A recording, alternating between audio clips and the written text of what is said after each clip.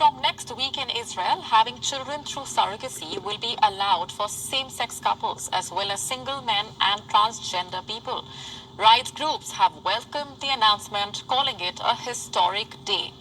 Our correspondent Jody Cohen getting you this special report.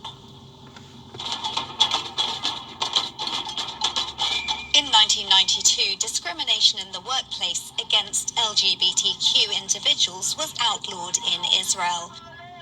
The following year, openly gay people were allowed to serve in any position in the army, and in 2005, Israeli LGBTQ couples were granted full adoption rights. However, only traditional couples and single women were eligible to have children born through surrogacy. Health Minister Horowitz, who is openly gay himself, and his Meretz party made promoting equal rights for the LGBTQ community a key plank of their party's policies. In October, restrictions on blood donations from homosexual men were lifted, and now, in the latest, Israel has widened surrogacy rules to include same-sex couples, transgender people, and single men. Horowitz said the move, which comes into effect on January 11th, will enable, quote, future fathers, gay couples, and essentially every person in Israel equal access to surrogacy. I spoke with one couple who have gone through surrogacy abroad about their experiences and what the rule change in Israel will mean in practice. We just got back from Florida last month with our second son, Adam. We've been through the journey twice abroad. It's very difficult managing everything from the other side of the world. So in terms of doing it in Israel, things are going to be a lot easier if it was possible to do it here in country. I'm glad for other couples and single people, single gay men and women to be able to do this journey in Israel should make things much easier and a good step in the right directions for the gay community. In many countries in West Asia, people are still arrested, beaten, and sometimes even killed simply for being gay. Despite Israel being a traditional society and some opposition to gay marriage coming from the ultra-Orthodox Jewish and Muslim communities, Israel has a long history of gay rights, and this announcement on surrogacy has been welcomed as another step towards greater equality. This is Jody Cohen for WION. World is One. Shalom, giving all praises to Yahweh Bashem Al Shai, double honors to the apostles and elders of Great Millstone, Yahweh Bashem Al Shai Brakathum, to the hopefully elect, man. And this is just real quick, man, because you see the nonsense going on in our homeland, all right? But due to the fact that we sinned, you know, we went off against Yahweh Bashem Al Shai, man. We were kicked out of the land. And as a result, you see this foreign object, all right, currently defiling our land right now. But I'm gonna read this. I'm gonna look something up real quick. Hold on, give me a minute.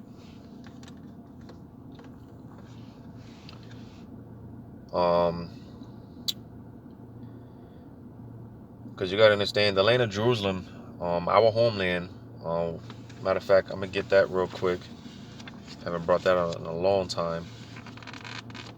Because contrary to what you, especially you Judites, you so-called Negroes, you so-called African Americans, contrary to what you believe, Africa is not our.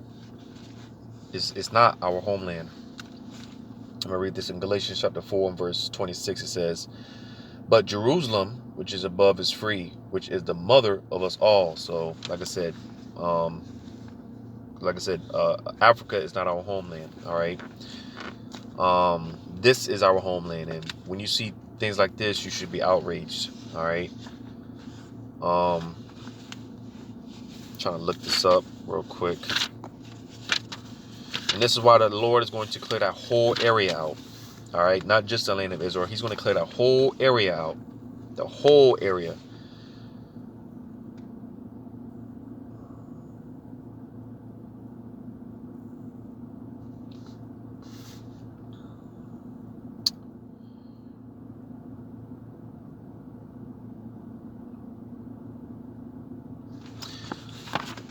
just bear with me real quick.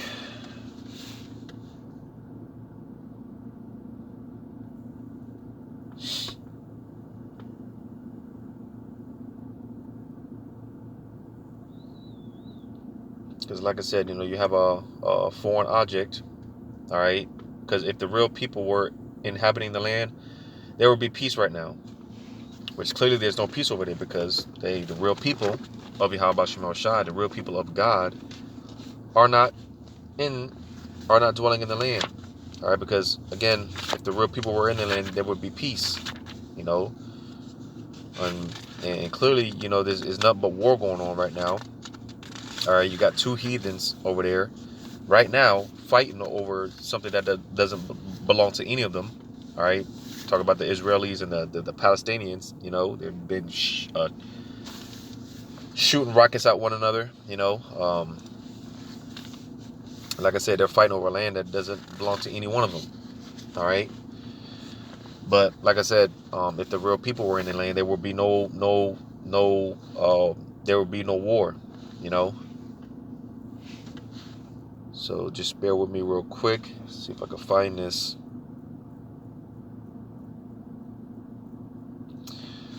I'm gonna read this because you gotta understand the fact that being that we are talk about the so-called blacks, Hispanics, Native American Indians, we are the true people of Yahweh Shema Shai, right? And with that being said, you just look at what we did, right? Like I said, we committed sins, our transgressions. It moved the Lord to kick us out the land, right? So how much more, with these heathens, you can just imagine what the Lord's going to do to them. Because I was going to say that Jerusalem, man, it's like a living organism, and I mentioned the foreign object. Like if you put a foreign object into the body, man, the body's going to reject it. You see, and this is pretty much what's going on over there, right? This is why, like I said, you have constant war, all right? Because there's a foreign nation over there. It's a foreign object over there, and they're defiling our land, man. So, like I said, this is why the Lord is going to clear that whole area out. All those nations, all those heathens. I'm going to read this in 2 Kings chapter 17. I'm gonna just start at verse 1. I'm gonna read on down very quickly. It says, in the 12th year of Ahaz, king of Judah, began Hoshea the son of Elah to reign in Samaria over Israel 9 years, and he did that which was evil in the sight of the Lord, but not as the kings of Israel that were before him.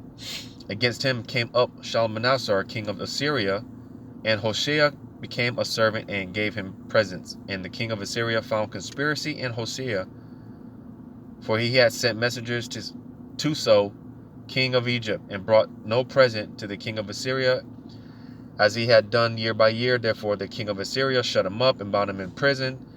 Then the king of Assyria came up throughout all the land, and went up to Samaria and besieged it 3 years. In the 9th year of Hoshea, the king of Assyria took Samaria and carried Israel away into Assyria, and placed them in Halah and in Habor by the river of Gozan, and in the cities of the Medes. For so it was that the children of Israel had sinned against the Lord their power, which had brought them up out of the land of Egypt from under the hand of Pharaoh, king of Egypt, and had feared other gods. Like I said, we got kicked out of the land. When you go to in Deuteronomy, it tells you, Deuteronomy 28, it tells you how the Lord, he would basically matter of fact, let me go to that real quick. It's another one I haven't brought out in a minute. It's Deuteronomy 28, going into how being kicked out of the land, and we wouldn't see it, for a period of time. Deuteronomy 28.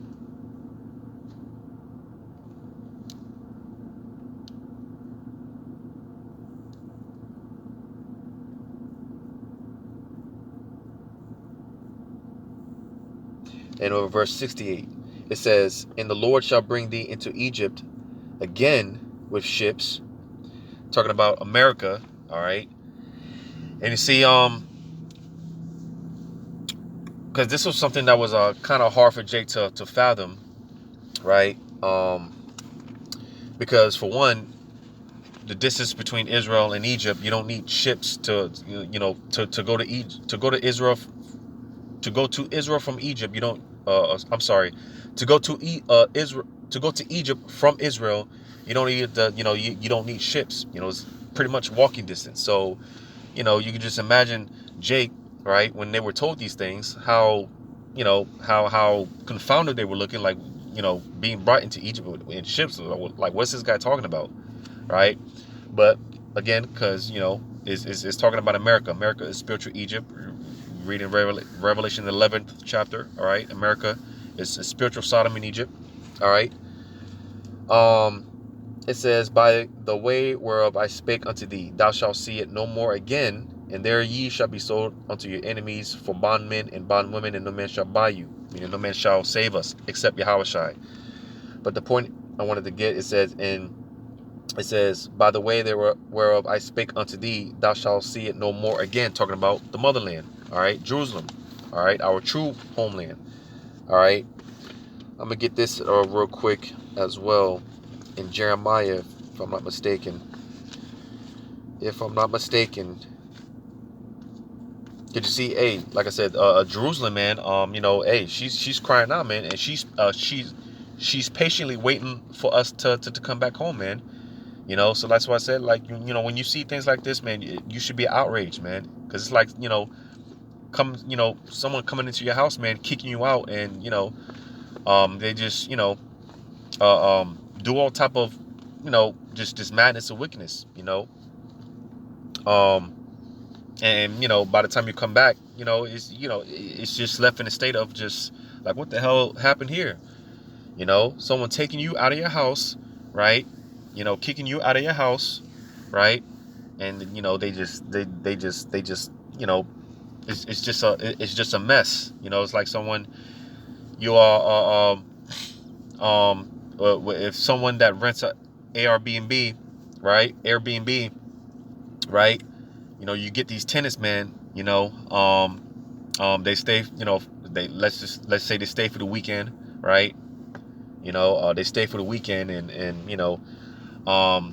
hey, by the time you go back to check up on the place, the place is a wreck, and that's just kind of like what's going on in our land right now, man. It's just it's just a bunch of defilement, and this is why the Lord's going to clean that whole area up.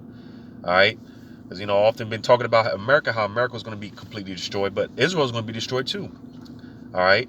The only difference is America is never going to be built back up. Israel is going to be built back up, because that's going to be our headquarters in the kingdom. All right. So America and Israel, both these land masses are going to be completely destroyed by missiles, but Israel will be built back up.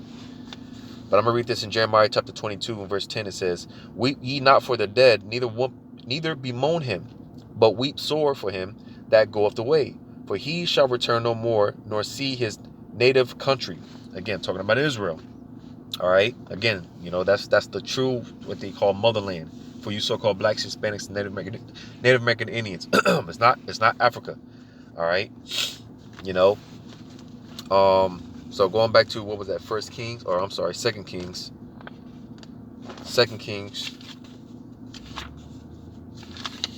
Second Kings chapter 17, verse 5. It says, then the king of Assyria came up throughout all the land, and went up to Samaria and besieged it 3 years. In the 9th year of Hosea, the king of Assyria took Samaria and carried Israel away into Assyria, and placed them in Halah, in Habor by the river of Gozan, and in the cities of the Medes.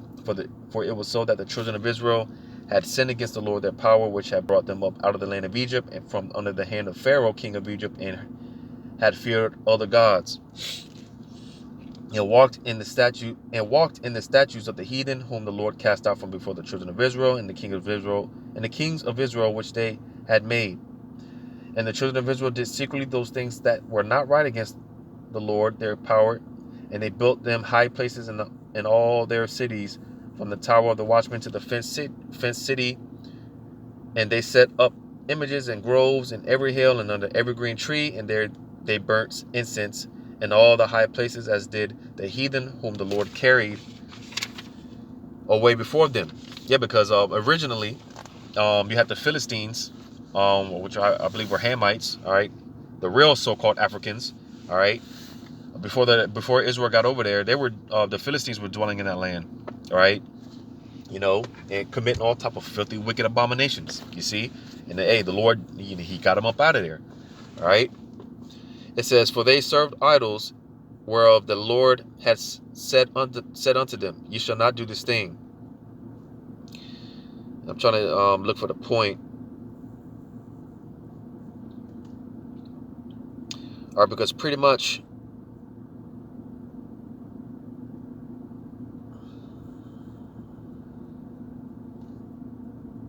I'm going to jump down to verse 23. It says, "Until the Lord removed Israel out of his sight, as he had said by all his servants, the prophets, so was Israel carried away out of their own land to Assyria unto this day. And the king of Assyria brought men from Babylon, and from Kutha, and from Ava, and from Hamath, and from Sepharvaim,